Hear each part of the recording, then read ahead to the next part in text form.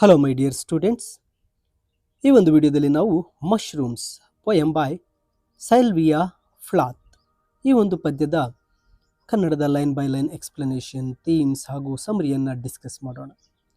Mushrooms ಈ ಪದ್ಯವನ್ನು ಬರೆದಿರ್ತಕ್ಕಂಥದ್ದು ಸೈಲ್ವಿಯಾ ಫ್ಲಾತ್ ರವರು. ಈ ಪದ್ಯವನ್ನು 1959ರಲ್ಲಿ ಪಬ್ಲಿಷ್ ಮಾಡಿರ್ತಾರೆ. ಇದು ಅವರ ಒಂದು ಮೊದಲ ಕವನ ಸಂಕಲನ ಆಗಿರ್ತಕ್ಕಂತಹ ದ ಕೊಲೋಸಸ್ ಆ್ಯಂಡ್ ಅದರ್ ಪೊಯಮ್ಸ್ನಲ್ಲಿ ಪಬ್ಲಿಷ್ ಮಾಡಿರ್ತಾರೆ. ದ ಮಶ್ರೂಮ್ಸ್ ಈ ಪದ್ಯವು ಅಣಬೆಗಳ ಒಂದು ಪರ್ಸನಾಫಿಕೇಶನ್ನ ಮೂಲಕ ದುರ್ಬಲ ಎಂದು ತೋರ್ತಕ್ಕಂತಹ ಜೀವಿಗಳು ಕತ್ತಲೆಯಲ್ಲಿ ನಿಶಬ್ದವಾಗಿ ಮತ್ತು ಒಂದು ಪಟ್ಟು ಬಿಡದೆ ಹೇಗೆ ಬೆಳೆದು ತಮ್ಮ ಒಂದು ಗುರುತನ್ನು ಕಂಡುಕೊಳ್ಳುತ್ತೆ, ತಮ್ಮ ಜೀವವನ್ನು ಉಳಿಸಿಕೊಳ್ಳುತ್ತೆ ಅಥವಾ ತಮ್ಮ ಅಸ್ತಿತ್ವವನ್ನು ಕಂಡುಕೊಳ್ಳುತ್ತೆ ಅನ್ನೋದನ್ನು ಈ ಪದ್ಯದ ಮೂಲಕ ವಿವರಿಸಿದ್ದಾರೆ. ಅತಿ ಸಣ್ಣ ಹೆಜ್ಜೆಗಳ ಮೂಲಕ ಭೂಮಿಯ ಮೇಲೆ ಹಿಡಿತ ಸಾಧಿಸುವ ಅವುಗಳ ಈ ಬೆಳವಣಿಗೆ ಆಕರ್ಷಕವಾಗಿ ಮೂಡಿಬಂದಿದೆ ಅಂತಕ್ಕಂಥದ್ದನ್ನ ಹೇಳ್ತಾರೆ.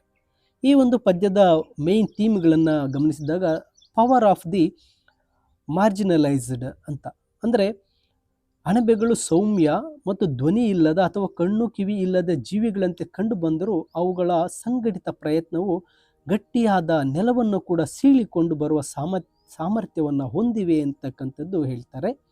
ನಂತರ ಕ್ವೈಟ್ ಟ್ರಾನ್ಸ್ಫಾರ್ಮೇಷನ್, ನಿಶ್ಶಬ್ದ ರೂಪಾಂತರ ಅಂತ. ಈ ಬದಲಾವಣೆ ಯಾರ ಗಮನಕ್ಕೆ ಬಾರದೆ ರಾತ್ರೋರಾತ್ರಿ ಅತ್ಯಂತ ನಿಶ್ಶಬ್ದವಾಗಿ ನಡೆಯುತ್ತೆ. ಯಾರೂ ನಮ್ಮನ್ನು ನೋಡುವುದಿಲ್ಲ, ತಡೆಯುವುದಿಲ್ಲ ಎಂಬ ಸಾಲುಗಳು ಸಮಾಜದ ಕೆಳಸ್ತರದಲ್ಲಿ ನಡೆಯುವ ಮೌನ ಕ್ರಾಂತಿಯನ್ನು ಸೂಚಿಸುತ್ತೆ. ಮತ್ತು ರೀಸೈಲೆನ್ಸ್ ಆ್ಯಂಡ್ ಸರ್ವೈವಲ್, ಅಣಬೆಗಳು ಕೇವಲ ನೀರು ಮತ್ತು ನೆರಳಿನ ಒಂದು ತುಣುಕುಗಳನ್ನು ಸೇವಿಸಿ ಯಾವುದೇ ಬೇಡಿಕೆಗಳಿಲ್ಲದೆ ಬದುಕುತ್ತೆ. ಇದು ಕಷ್ಟಕರ ಸಂದರ್ಭದಲ್ಲಿಯೂ ಬದುಕಿ ಉಳಿಯುವ ಮತ್ತು ಗುಣಿಸುವ ಶಕ್ತಿಯನ್ನು ಎತ್ತಿ ತೋರಿಸುತ್ತೆ. ಮತ್ತು ಇನ್ಎವಿಟಬಿಲಿಟಿ ಮೀನ್ಸ್ ಅನಿವಾರ್ಯತೆ ಅಂತಕ್ಕಂಥದ್ದು.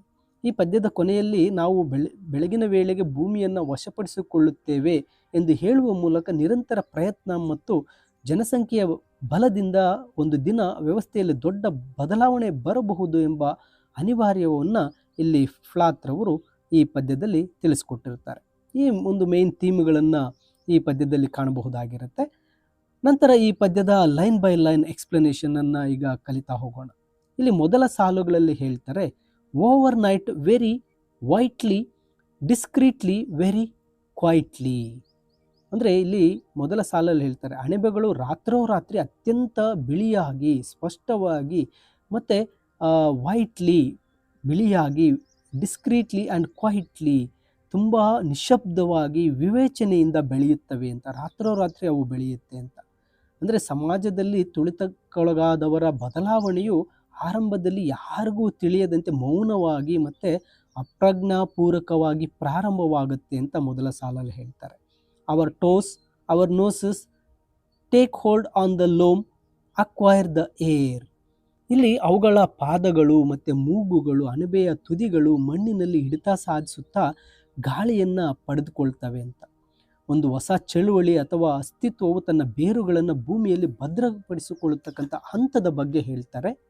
Nobody sees us, stops us, betrays us, the small grains make room. ಯಾರೂ ನಮ್ಮನ್ನು ನೋಡೋದಿಲ್ಲ, ತಡೆಯೋದಿಲ್ಲ ಅಥವಾ ನಮಗೆ ದ್ರೋಹ ಮಾಡುವುದಿಲ್ಲ. ಮಣ್ಣಿನ ಸಣ್ಣ ಕಣಗಳು ನಮಗೆ ಜಾಗ ಮಾಡಿಕೊಡುತ್ತವೆ ಅಂತ. ಸಣ್ಣ ಮತ್ತು ಗಣನೆಗೆ ಬಾರದ ಶಕ್ತಿಗಳು ಒಟ್ಟಾದಾಗ ಪ್ರಕೃತಿಯೇ ಅವರಿಗೆ ದಾರಿ ಮಾಡಿಕೊಡುತ್ತೆ. ಆ ಅಣಬೆಗಳು ಹೇಗೆ ಯಾರಿಗೂ ಗೊತ್ತಾಗದೆ ಹಾಗೆ ಬೆಳೆಯುತ್ತೋ ಹಾಗೆ ಆ ಒಂದು ಗಣನೆಗೆ ಯಾರೂ ಊಹಿಸಲಾರದಂತಹ ಸಣ್ಣ ಶಕ್ತಿಗಳು ಒಗ್ಗಟ್ಟಾದಾಗ ಪ್ರಕೃತಿ ಅವರಿಗೆ ದಾರಿ ಮಾಡಿಕೊಡುತ್ತೆ ಅಂತ ಇಲ್ಲಿ ಹೇಳ್ತಾರೆ. Soft fists insist on heaving the needles, the leafy bedding, even the paving. ಅಣಬೆಯ ಮೃದುವಾದ ಒಂದು ಮುಷ್ಟಿಗಳು ಪೈನ್ ಮರದ ಎಲೆಗಳನ್ನು, ಮಲಗಿರುವ ಎಲೆಗಳ ಹಾಸಿಗೆಯನ್ನು ಮತ್ತು ಗಟ್ಟಿಯಾದ ನೆಲವನ್ನು ಕೂಡ ಮೇಲಕ್ಕೆ ತಳ್ಳುತ್ತವೆ ಅಂತ. ಹೊರನೋಟಕ್ಕೆ ಮೃದುವಾಗಿ ಕಂಡರೂ ಈ ಒಂದು ಧಮನಿತರ ಸಂಘಟಿತ ಶಕ್ತಿ ಎಂತಹ ಕಠಿಣ ಅಡೆತಡೆಗಳನ್ನು ಬೇಕಾದರೂ ಭೇದಿಸಬಲ್ಲದು ಅನ್ನೋದು ಈ ಸಾಲಿನ ಅರ್ಥ. ಅಂದರೆ ಅಣಬೆಗಳು ಭೂಮಿಯ ಒಳಗಡೆ ಇರುತ್ತೆ, ಅವು ತುಂಬ ಮೃದುವಾಗಿರ್ತವೆ. ಆದರೂ ಕೂಡ ಮಣ್ಣನ್ನು ಮತ್ತು ಮಣ್ಣಿನ ಮೇಲಿರ್ತಕ್ಕಂಥ ಎಲೆಗಳನ್ನು ನುಗ್ಗಿ ಗಟ್ಟಿ ನೆಲವನ್ನು ಕೂಡ ಮೇಲಕ್ಕೆ ಎತ್ತಿ ಅವು ಬೆಳೆಯುತ್ತವೆ. ಹಾಗೆ ಆ ಒಂದು ತುಳಿತಕ್ಕಲು ಒಳಗಾಗಿರ್ತಕ್ಕಂಥವರು ಒಂದು ಒಗ್ಗಟ್ಟಾದರೆ ಅವರಲ್ಲಿ ಅಂತಹ ಶಕ್ತಿ ಇರುತ್ತೆ. ಆ ಅಡೆತಡೆಗಳನ್ನು ಯಾರು ಬೇಕಾದರೂ ಭೇದಿಸಿ ಅವರು ಮುಂದೆ ಬರಬಹುದು ಅಂತ ಹೇಳ್ತಾರೆ. Our hammers our rams earless and eyeless perfect voiceless. ನಮ್ಮ ತಲೆಗಳೇ ನಮ್ಮ ಸುತ್ತಿಗೆಗಳು, ನಮಗೆ ಕಿವಿ ಇಲ್ಲ, ಕಣ್ಣಿಲ್ಲ ಮತ್ತು ನಮಗೆ ಧ್ವನಿಯೂ ಇಲ್ಲ. ಶೋಷಿತರಿಗೆ ಆರಂಭದಲ್ಲಿ ಅಧಿಕಾರ ಅಥವಾ ಮಾತು ಇಲ್ಲದಿರಬಹುದು, ಆದರೆ ಅವರ ಕಾರ್ಯವೇ ಅವರ ಶಕ್ತಿಯಾಗಿರುತ್ತೆ ಅಂತ ಈ ಸಾಲಲ್ಲಿ ಹೇಳ್ತಾರೆ. Widen the crannies shoulder through holes. ಬಿರುಕುಗಳನ್ನು ಅಗಲಗೊಳಿಸುತ್ತಾ ಸಣ್ಣ ರಂಧ್ರಗಳ ಮೂಲಕ ಎಗಲು ಕೊಟ್ಟು ನುಗ್ಗುತ್ತವೆ ಅಂತ. ಇಲ್ಲಿ ಆ ಅಣಬೆಗಳು ಹೇಗೆ ಭೂಮಿಯಿಂದ ಹೊರಗಡೆ ಬರುತ್ತೋ ಹಾಗೆ ಸಣ್ಣ ಅವಕಾಶಗಳನ್ನು ಬಳಸಿಕೊಂಡು ಸಮಾಜದ ಮುಂಚೂಣಿಗೆ ಆ ಒಂದು ಶೋಷಿತರು ಬರುವ ಪ್ರಯತ್ನದ ಬಗ್ಗೆ ಹೇಳ್ತಾ ಇದ್ದಾರೆ. Diet on water on crumbs of shadow, bland mannered, asking little are nothing. ನಾವು ಕೇವಲ ನೀರು ಮತ್ತು ನೆರಳಿನ ಚೂರುಗಳನ್ನು ತಿಂತೇವೆ, ಅತಿ ವಿನಯದಿಂದ ವರ್ತಿಸ್ತೇವೆ, ಏನನ್ನೂ ಕೇಳೋದಿಲ್ಲ ಅಂತ. ಅಂದರೆ ಆ ಮಶ್ರೂಮ್ಸ್ ಕೇವಲ ನೀರು, ಆ ಒಂದು ಸಣ್ಣ ಚೂರುಗಳನ್ನು ತಿಂದ್ಕೊಂಡು ಯಾರಿಗೂ ಗೊತ್ತಾಗದ ಹಾಗೆ ಅವು ಮೇಲಕ್ಕೆ ಹೇಳ್ತವೆ ಅಂತ. ಬಡವರು ಅಥವಾ ತುಳಿತಕ್ಕೆ ಒಳಗಾದವರು ಅತ್ಯಲ್ಪ ಸಂಪನ್ಮೂಲಗಳಿಂದ ಬದುಕುಳಿಯುವ ಕಲೆಯೇ ಮತ್ತು ಅವರ ತಾಳ್ಮೆಯನ್ನು ಈ ಸಾಲುಗಳ ಮೂಲಕ ಸೈಲ್ವಿಯಾ ಫ್ಲಾತ್ ರವರು ತಿಳಿಸ್ತಾ ಇದ್ದಾರೆ. So many of us, so many of us. ಇಲ್ಲಿ ನಮ್ಮ ಸಂಖ್ಯೆ ಅದೆಷ್ಟು ದೊಡ್ಡದ್ದು, ನಾವು ತುಂಬ ಜನ ಇದ್ದೇವೆ ಅಂತ. ವೈಯಕ್ತಿಕವಾಗಿ ದುರ್ಬಲರಾದರೂ ಸಂಖ್ಯಾಬಲದಲ್ಲಿ ತುಂಬ ಬಲಿಷ್ಠರಾಗಿರ್ತಾರೆ ಅಂತಕ್ಕಂಥದ್ದನ್ನು ಹೇಳ್ತಾರೆ. ನಂತರ we are shelves, we are tables, we are ಮೀಕ್, we are edible. ನಾವು ಸೆಲ್ಫ್ಗಳಿದ್ದ ಹಾಗೆ, ಟೇಬಲ್ಗಳಿದ್ದ ಹಾಗೆ, ಮೇಜುಗಳಿದ್ದ ಹಾಗೆ ನಾವು ಶಾಂತ ಸ್ವಭಾವದವರು ಮತ್ತು ತಿನ್ನಲು ಯೋಗ್ಯರಾದವರು ಅಂತ ಹೇಳ್ತಾರೆ.